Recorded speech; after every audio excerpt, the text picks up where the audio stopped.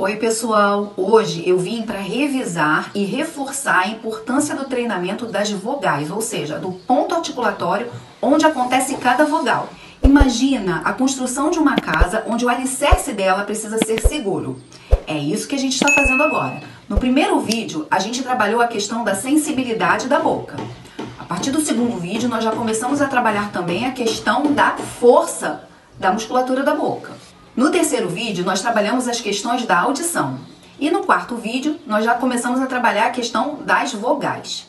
Hoje, nós vamos rever e estruturar melhor essa posição vogal. É preciso entender que em fonoaudiologia, nós iremos nos preocupar muito com a questão do ponto articulatório. Isso significa que a posição da minha boca vai influenciar na forma que o fonema é produzido.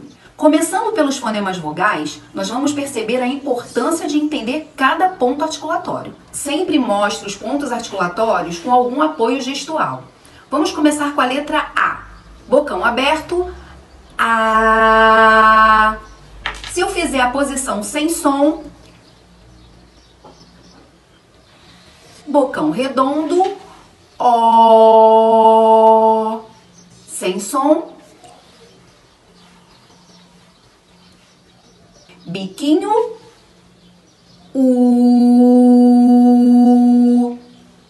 sem som, sorriso aberto, sem encostar os dentes,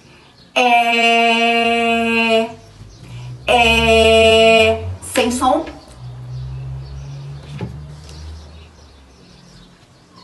sorriso aberto, encostando os dentes, sem som, ok?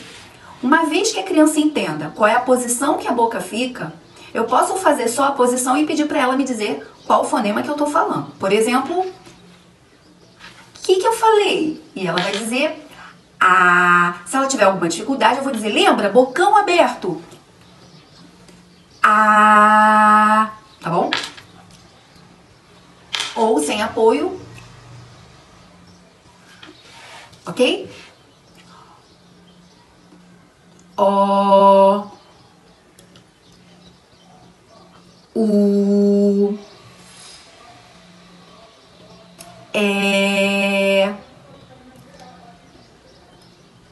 I. Perfeito? Depois de treinar bastante isso, eu vou falar para ela o seguinte: você sabia que a gente consegue falar palavras só com essas vogais que você acabou de aprender? Pois é. Então o que eu faço, pessoal? Eu tenho uma lista.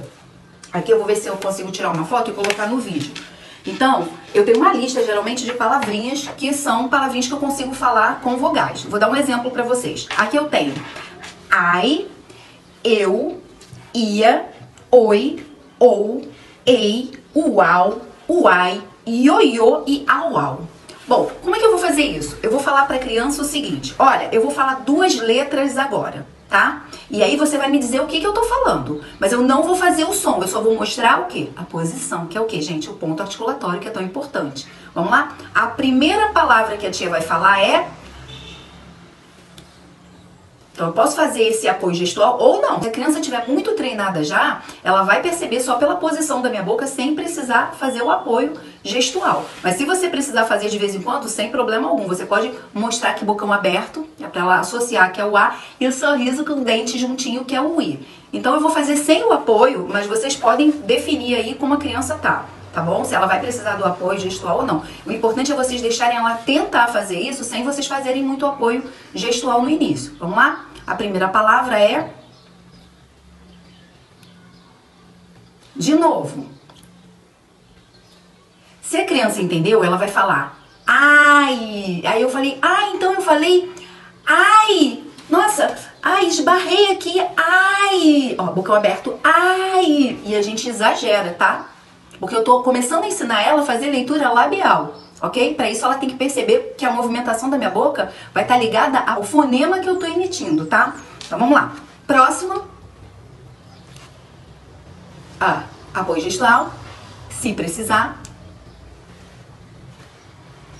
Se a criança entendeu, eu.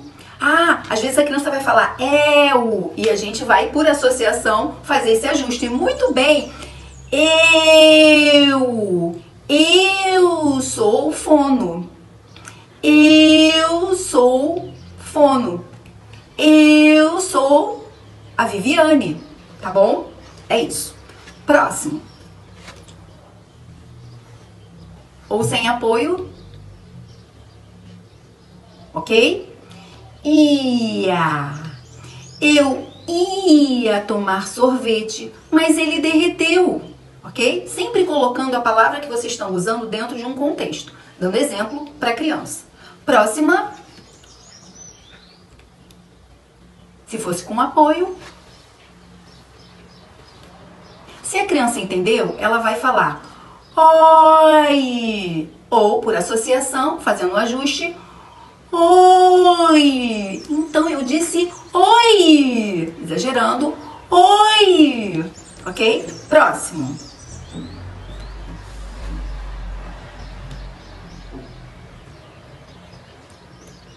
Se a criança entendeu, ei. Então, eu disse ei, você, vem aqui. Ei, ok? É um chamamento. Próximo, eu vou dizer para a criança assim, olha, agora a gente vai aumentar um pouquinho. Você não vai ouvir só 2 sons, você vai ouvir 3 sons. Vamos lá? Presta atenção, posso começar? Vamos lá.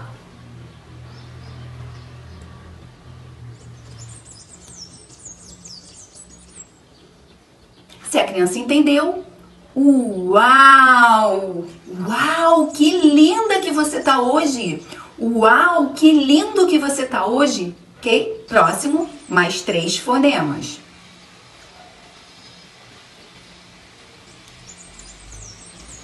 Vai ter momentos que eu preciso fazer com a criança o apoio da contagem, tá? Tem algumas crianças que têm mais dificuldade na contagem mental do som. Então, muitas vezes eu preciso fazer essa contagem com os meus dedinhos aqui. Vou dar um exemplo para vocês no uai.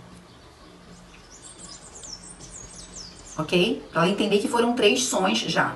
Então, seria uai, uma expressão muito usada pelos mineiros. Tem algum mineiro aí assistindo? Eu não sei, porque quando eu comecei a gravar os vídeos, eu comecei a gravar para o meu grupo de orientação, né? E agora eu já sei que tem gente diferente assistindo. Bom, vamos lá. Agora, a gente vai trabalhar com 4 sons, ou seja, 4 fonemas. Vamos lá?